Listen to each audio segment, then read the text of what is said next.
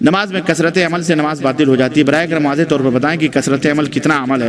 جیسے کہ فون وغیرہ استعمال کرنا، ماشاءاللہ فون وغیرہ ہے تو یہ تو کثرت عمل میں ہے کہ آدمی ٹیلی فون استعمال کرے، کھانا کھائے، پانی پیے، انٹرنیٹ بیٹھ کے دیکھے موبائل پر کس کا موبائل آ رہا ہے، کس کو سوئچ، یہ جائز نہیں ہے۔ البتہ یہ ہے کہ نماز پڑھ رہا ہے گھنٹی اول پہلے بند کر لینی چاہیے، لیکن اگر سوئچ آف کر لینا چاہے موبائل سے، لیکن اگر نہیں کیا اتفاق سے بھول گیا تو یہ بھی نہیں ہے کہ چھوڑ دے، رنے رپے رنوں چلتے رہیں اور لوگوں کی نماز ڈسٹرب ہو، نہیں، اس کو چاہیے کہ فوری طور پر اس کو بند کرے، تو سوئچ آف کرے اسے فوری طور پر، ٹھیک ہے۔ البتہ تو یہ کثرت عمل یہ ہے کہ ہمیشہ غترے، ہمیشہ صحیح کرتا رہے، نماز میں یوں یوں کرے اور جناب علی ادھر ادھر کھجلائے، ادھر کھجلائے، پیر کھجلائے، لنگی اٹھائے، لنگی باندھے، یہ سب چیزیں کثرت عمل میں شامل ہیں اور یہ جائز نہیں ہے، اس سے نماز یقیناً کراہت سے خالی نہیں ہوتی۔ ایک بھائی نے سوال کیا ہے کہ السلام علیکم ورحمۃ اللہ، فرمایا کہ سورہ آپ نے فرمایا کہ سورہ فاتحہ کے بغیر، یہ اصل میں کل کا سوال ہے، آپ نے فرمایا کہ سورہ فاتحہ کے بغیر نماز نہیں ہوتی، اور بعض جاہلیات کے لوگ کہتے ہیں کہ سورہ فاتحہ کے بغیر نماز ہو جاتی ہے، پڑھنے کی ضرورت نہیں ہے۔ وہ جاہل ہے، وہ جو ایسی بات کرے وہ قرآن و سنت سے جاہل ہے۔ سورہ فاتحہ کے بغیر نماز نہیں ہوتی، یہ اللہ کے نبی کا حکم ہے، لا صلاۃ لمن لم یقرأ بفاتحۃ الکتاب، اللہ کے نبی نے فرمایا اس کی نماز ہی نہیں ہوتی جو سورہ فاتحہ نہ پڑھے۔ تو جاہلیات میں رہنے کا اس کو حق نہیں ہے جو ایسی اس قسم کی دعوت دیتا ہے، اگر وہ داعی ہے تو اس کو چاہیے کہ وہ بچے اس سے۔ السلام علیکم، بھارت میں جو مولانا بتاتے ہیں اب آپ ہی کے نیچے ناف کے نابھی کے نیچے نیت باندھتے ہیں، کیا وہ غلط ہے؟ اور اوپر انہوں نے 786 لکھا ہے، یہ 786 کا مطلب کیا ہے؟ اگر اس کا مطلب بسم اللہ ہے تو اللہ کا نام ہے بسم اللہ الرحمن الرحیم، اللہ کے نام سے جو رحمان ہے رحیم ہے اس کے نام سے شروع۔ اگر آپ کا نام عبداللہ ہے اور اس کا نام 420 نمبر نکلتا ہے اور اگر آپ کو 420 کہا جائے تو آپ پسند کریں گے؟ ہاں، تو اللہ کے لیے اگر آپ کہہ رہے ہو بسم اللہ ہے تو نہیں استعمال کرنا چاہیے، یہ حرام ہے، یہ قرآن کی تحریف ہے۔ یہی یہود و نصارہ نے تو صرف معنی مفہوم تبدیل ہو کیے تھے، انہوں نے تو لفظ کے لفظ گنتیوں میں بدل دی، یہ حرام ہے۔ تفصیل کا موقع نہیں، ورنہ اس کی تفصیلات بہت ہیں، یہ ایسا نہیں لکھنا چاہیے، بسم اللہ لکھو کم از کم۔ اور جہاں تک فرمایا انہوں نے کہ ناف کے نیچے باندھتے ہیں، اگر حق بات بولتے ہیں تو کوئی حرج نہیں ہے اس میں، وہ ناف کے نیچے باندھیں، فلانی جگہ باندھیں، وہ بات کی بات ہے، لیکن توحید کی سنت کی بات ہونی چاہیے، ٹھیک ہے، ایمان اور عقیدے کی بات ہونی چاہیے۔ داڑھی رکھنا فرض ہے یا سنت ہے؟ داڑھی رکھنا فرض ہے، کیونکہ اللہ کے رسول صلی اللہ علیہ وسلم کی خدمت میں کچھ لوگ آئے تو ان کی داڑھیاں مڑی ہوئی، مونچھیں بڑی بڑی، تو آپ نے فرمایا کہ یہ کون لوگ ہیں؟ تو ترجمان جو تھا بیچ میں انہوں نے کہا کہ ہم قیصر روم کے دربار سے آئے ہیں اور ہمارے رب روم نے، رب ان کو بادشاہ کو رب سمجھتے تھے وہ، ہمارے رب نے ہمیں داڑھی موڑنے اور مونچھوں کے بڑھانے کا حکم دیا ہے۔ تو آپ صلی اللہ علیہ وسلم نے اپنی داڑھی مبارک پہ ہاتھ پھیرا اور فرمایا الحمدللہ ہمارے رب نے ہمیں داڑھی رکھنے کا حکم دیا ہے۔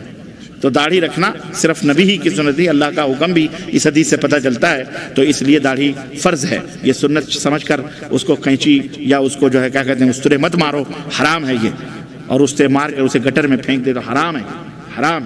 مسلمان ہو صحیح ڈھنگ سے داڑھی رکھو، اب یہ نہ سوچو فلانے بڑے بڑے لوگ داڑھی نہیں رکھتے، تو بڑے بڑے لوگوں کی طرح آپ ہیں، بڑے بڑے لوگ تو بادشاہ اور حاکم اور پتہ نہیں کیا کیا ہیں، ہم تو فقیر کے فقیر در فقیر ہیں، تو اگر یہی سوچنا ہے تو آپ بھی بادشاہ بن جائیں ہیں؟ واہ، نہیں، غلط بات ہے۔ کیا پیپسی کولا سیون اپ پی سکتے ہیں؟ اگر آپ کو شوگر نہیں ہے، مریض نہیں ہے، زکام نہیں ہے تو پی سکتے ہیں، کوئی حرج نہیں۔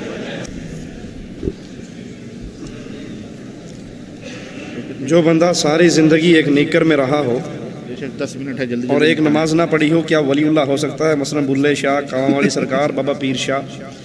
جو بندہ ساری عمر ایک نکر میں رہا، کچھے میں رہا اور اس نے نماز بھی نہیں پڑھی، وہ ولی ہے، لیکن اللہ کا نہیں، شیطان کا۔ وہ ولی ضرور ہے لیکن شیطان کا ولی ہے، جس کے بارے میں ہمارے ہاں کہا جاتا ہے، انڈیا پاکستان کی سڑکوں پہ چلتے ہیں نا سب کچھ اتار کے، تو کہتے ہیں انہوں نے کچھ نہیں کہنا ہے، پہنچی ہیں سرکاراں نے، واقعی پہنچے میں ایک دھکے کی ضرورت ہے، پہنچ جائیں گے۔ دوسری بات بڑی عجیب ہے، یہاں ایک سوال اس کا بھی آیا ہے کہ ٹوپی، آج کل اپنے آپ کو اہل حدیث کہنے والے بغیر ٹوپی کے نماز میں کھڑے ہوتے ہیں، کیا ٹوپی نماز کی زینت نہیں ہے؟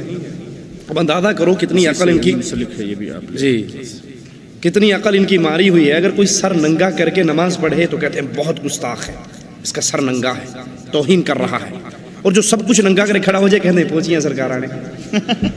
جس نے صرف منڈی اپنے ٹنڈ ننگی کی وہ گستاخ، اور جس نے ہر چیز ننگی کر دی کھائیے کون سی بھی سرکار، یہ بڑا اولیاء اللہ میں سے ہے۔ تو یہ شیطان کے ولی تھے، یہ اللہ کے ولی نہیں تھے۔ اللہ کے ولی کا لباس رسول اللہ صلی اللہ علیہ وسلم نے بیان فرمایا، وہ اپنا سطر ڈھانپ کے رکھتے تھے، ان کا دل مسجدوں سے لگا رہتا تھا۔ میرے ماموں دیوبندی علماء میں سے ہیں، وہ کہتے ہیں نبی کے وسیلے سے دعا کرنی چاہیے، قبول ہوتی ہے، کیا یہ صحیح ہے؟ صحیح بخاری کے اندر حدیث میں آتا ہے، عمر بن خطاب رضی اللہ عنہ کے دور کے اندر،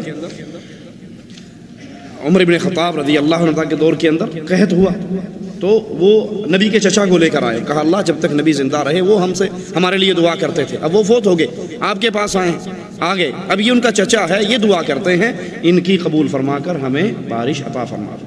تو شخصی وسیلے دینا نہ قرآن میں اس کی تعلیم ہے، نہ نبی کی حدیث میں اس کی تعلیم ہے۔ اللہ کے اسماء و صفات کا واسطہ دیجئے، اپنے نیک عملوں کا واسطہ دیجئے، کسی نیک اللہ کے ولی سے دعا کروائیے، یہ جو ہے واسطہ پنجتن پاک کا، واسطہ صدقہ حسین حسن کا، یہ تمام چیزیں اسلام کے اندر ناجائز ہیں، حرام ہیں یہ طریقہ۔ اور اگر کسی کے پاس جایا جائے اور اس سے کہا جائے کہ آپ ہی ہمارے لیے، ہماری سنتا نہیں ہے اور آپ کی موڑتا نہیں، سیم یہی عقیدہ ابو جہل کا تھا، ما نعبدهم الا ليقربونا الى الله زلفى، ہماری آپ کے آگے، آپ کی اس کے آگے، ہماری سنتا نہیں ہے، آپ کی موڑتا نہیں ہے۔ تو یہی عقیدہ مشرکین مکہ کا تھا اور یہی عقیدہ آج کے مشرک کا ہے۔ دعوت کا صحیح طریقہ کون سا ہے؟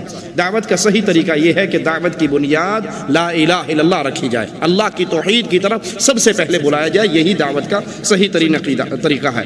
جمعے سے قبل اور جمعے کے بعد سنت کی کتنی رکعتیں ہیں؟ جب جمعہ پڑھنے کے لیے آئے، اگر امام کھڑا ہو گیا ہے تو آپ 2 رکعت پڑھ کے تحیۃ المسجد بیٹھ جائیے، اور اگر کھڑا نہیں ہوا اور آپ وقت ہے جتنا بھی نفل پڑھنا چاہیں پڑھ لیجئے۔ جمعے کے بعد اگر مسجد میں پڑھیں تو 4 رکھتے ہیں، گھر جا کے پڑھیں تو 2 رکھتے ہیں۔ ہمارے ہاں کیا ہوتا ہے، ہم جمعہ بھی پڑھتے ہیں اور احتیاطاً ظہر بھی پڑھ لیتے ہیں، اے ہو گئی اے نہ ہوئی تو او تے رڑے تے پئی ہے نا، دونوں میں سے کوئی تو قبول ہوگی، ایک وقت میں ایک ہی نماز فرض ہوئی ہے وہی قبول ہوگی۔